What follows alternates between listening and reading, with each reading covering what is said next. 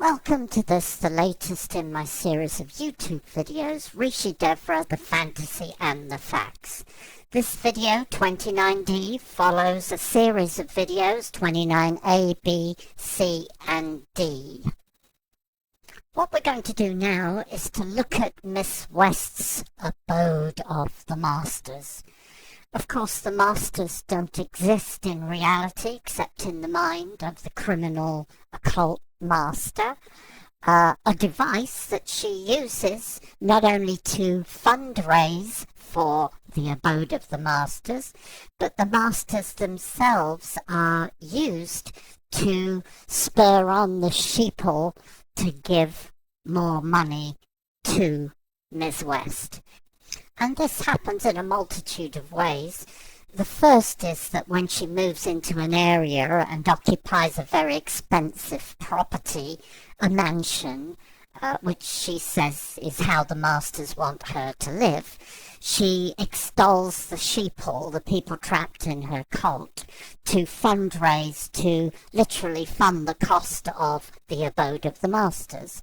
Another way she uses the imaginary Masters is to pretend that she's channeling messages from them, which are all, quite by coincidence, self-serving messages. Messages like, you must fill your coffers with money, other people's money, of course, and messages like, you have attained a level of achievement beyond all expectation. All lies, all bullshit, but to the brainwashed people in a cult, they have presumably been conditioned to accept these lies, this disinformation, this propaganda as gospel truth. On the screen now is a photograph of the ashram, the abode of the Masters, if you like, as it was in 2002. This is the property at 735 Fredburr Road.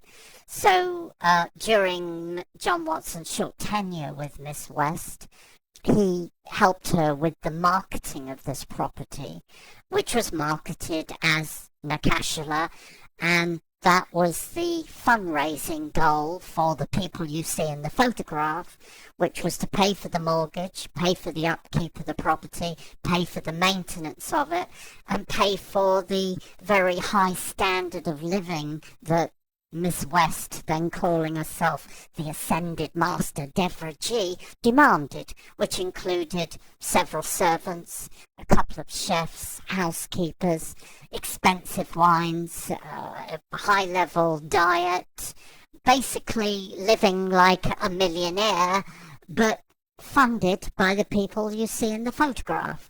What you're looking at on the screen now is short excerpts from one of these channelings that Miss West says she gets from the long-dead Ascended Master El Morier. And this one came through to her, was created in her evil criminal mind on April 11th, 2006. Remember that date, April 11, 2006. And it's entitled Advisements on Financial Form Building. And let's have a look at some of the self-serving statements that Miss West puts out and lies to everybody that is in her cult by saying that these come from an Ascended Master, when they don't. They're just made up in her mind and are all part of a criminal extortion fraud business. Let's see, let's have a look at some of these self-serving statements. Here we go. You have been ever giving, never seeking for your own gain. What a lot of bullshit. Have a look at some of the information on these videos and on the websites dedicated to revealing this dangerous criminal to the public. She's always self-serving. This is all self-serving. This is the whole point of it, to be self-serving. The next one is, you have achieved non-attachment to the material. Oh yes, this is a person who demands to live in a mansion, demands to have servants, demands to have chefs, expensive lifestyle, first-class travel, but is not attached to the material. It's just beggars belief. You have achieved mastery at many levels in your approach to the inflow and outflow of funding. Well, one could agree with that statement because, let me see, deceit, lies, theft, fraud, extortion, that is mastery at criminality. And it gets even better, if you like, in terms of her being a master at criminality, because her fraud scam business is set up to make it look for outward appearances as though it's a religious organization, which has a number of benefits. That is to say that the authorities tend not to want to interfere with religious organizations. And under religious freedom laws, Miss West can do one thing and describe herself as something else. In other words, she can describe herself as a guru, advertise and market herself as a guru, and then commit all sorts of crimes which are hidden inside her cult, with the result that theft, fraud, extortion are morphed into donations, and violence, mental and physical abuse are called therapy. But let's get back to what you see on the screen now. This is a channeling, so-called, from Miss West about money. What Miss West is not saying there is that she's $2 million in debt. She owes her creditors $2 million in court awards and interest. So, hence the channeling out to the sheeple saying that she's been told to fill her coffers adequately. On the screen now is a photograph that appeared on Miss West's website and in her brochures in the 2006-2009 time frame, where she is asserting in her brochures and online on her website that this property here is Soraya Ma's abode and is also the Living Waters Healing Center. Well, in reality, it's not. In reality, this property belongs to strangers, Robert and Tabby Ivy. It is their multi-million-dollar property on the edge of the lake, and it's owned by them, not by Miss West. And yet, for 2+ years, Miss West advertised it on her website and in her brochures as being her property.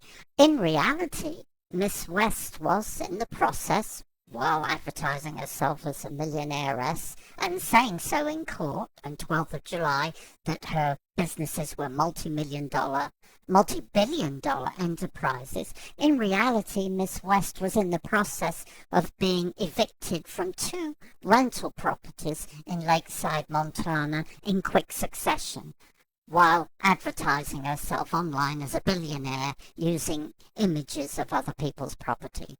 Again, these are not the actions of a guru. These are the actions of a criminal who wants you to believe that she is an ascended master, a master on the royal path. On the screen now is a copy of the news article announcing Miss West's conviction for assaulting Dr. Cole, MD. This happened in April 2008. However, back in April 2006, when Miss West assaulted Dr. Cole, the assault was apparently so violent that other members of the cult who were present were somewhat disturbed by what they saw. So, the following day, Miss West decided to issue a statement to her entire mailing list about the assault. What you can see on the screen now is a so-called channeled message that Miss West received from the Ascended Master Earl Morier. the same Ascended Master that sent her a message a week beforehand saying that she had to fill her coffers with money. So here we are, another self-serving message from El Morier a week after the first one. This one isn't saying that Miss West should fill her coffers. That was in the previous message. What this one is doing is justifying the vicious assault on Dr. Cole by Miss West. And the way Miss West does that is to assert that El Morier is speaking through her to her cult. And let's have a look at some of the brief highlights of this channeling, this clever device Miss West uses to justify her appalling behavior to others. It's called the Law of Severity on the Path of Purification. And apparently this message is a response to the call of Master Surya Devi for review. It's dated April 17th, 2006, 1 week after the previous message telling her to fill her coffers, presumably with other people's money. So we go down and let's just read the green shaded part. At no time has Surya Ma's intentions been rooted in anything other than the highest of grace, despite the seeming severity that was meted, in spite of the severe beating that Miss West gave Dr. Cole. That's what she means. And reading on in the pink area, and we are witness, this is the Ascended Masters in her mind, are saying that they are witness to the sacrifices she has made on behalf of the awakening of those who are placed in her charge. Nobody's placed in her charge. They wander into a cult thinking they're joining normal jobs or becoming students of a normal school, only to find that they've been inducted into a cult. And Miss West never makes any sacrifices to others. She's a service to self-entity. It's everybody else who makes sacrifices for her. But now we come to the point of this so-called channeling. It reads, Dr. Cole is long overdue in the sounder writing of her soul with its creator. Her role in the death camps of Europe during the reign of the Nazi defilement is as yet unrectified. Of course, all of this is bullshit, but there you have the mechanism by which Miss West justifies her severe assault of Dr. Cole while extorting $1.3 million from her.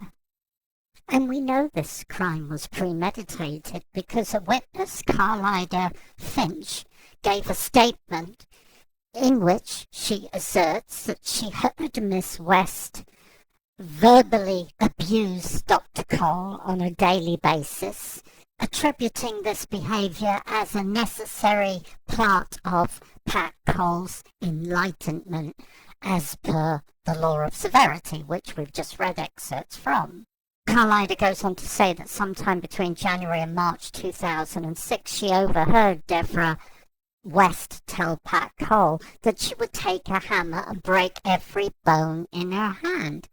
Of course, this tyrant's behaviour has got nothing to do with enlightenment, but everything to do with extortion. And after this lunatic has viciously assaulted Dr. Cole, she then calls upon the enlightened beings in the Shambhala Council, her totally non-existent Ascended Master El Morier, to produce a so-called channeling out of her criminal mind, which she's going to circulate amongst the brainwashed and conditioned members of her cult as justification for the vicious assault on Dr. Cole. To continue learning about the teachings of the Ascended Master Rishi Devra, a master on the royal path, please move on to 29E. And thank you for watching.